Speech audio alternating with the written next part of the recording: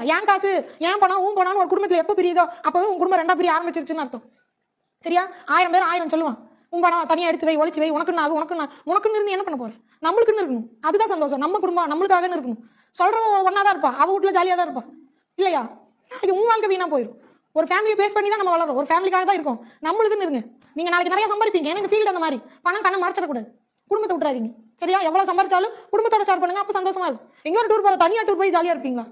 இல்லையா? ஃபேமிலியோட போறது என்ன? 5 மணி முன்முட்டுனா ஏன் ஓடுறீங்க? அந்த ஃபேமிலி பாக்குறது தானே. புரியுதா? ஃபேமிலி விட்டுறாதீங்க.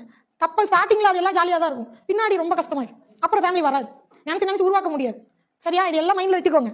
எப்போ எத்தனை வருஷம் ஆனாலும் மேம் இதையும் சொல்லி கொடுத்தாங்கன்னு மறந்துடாதீங்க. சரியா? என்ன தப்பு பண்ணாலும் அப்போ ஜாலியா தான் இருக்கும். என்ன தப்பு எல்லாமே ஜாலியா தான் இருக்கும். ஏன்னா அது ஒரு மாய, அது இழுக்கும். ஆசை காட்டி உன்னை இழுக்கும். புரியுதுங்களா? ஆனா அதுக்கப்புறம் நரகம்னா என்னன்னு உங்க லைஃப்ல அது காட்டும்.